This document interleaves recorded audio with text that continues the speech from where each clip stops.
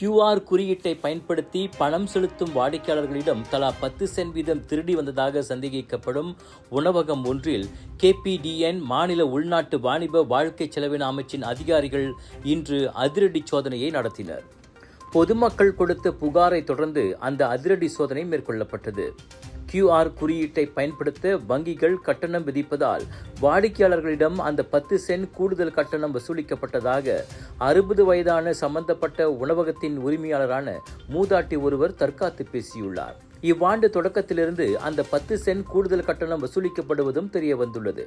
எனினும் சேவை வழங்குநர்களிடம் மேற்கொள்ளப்பட்ட விசாரணையில் QR குறியீட்டை பயன்படுத்த கூடுதல் கட்டணம் எதுவும் விதிக்கப்படவில்லை என்பது உறுதி செய்யப்பட்டுள்ளதாக மாநில உள்நாட்டு வாணிப வாழ்க்கை செலவின இயக்குனர் நொரினா ஜஃபார் தெரிவித்தார்.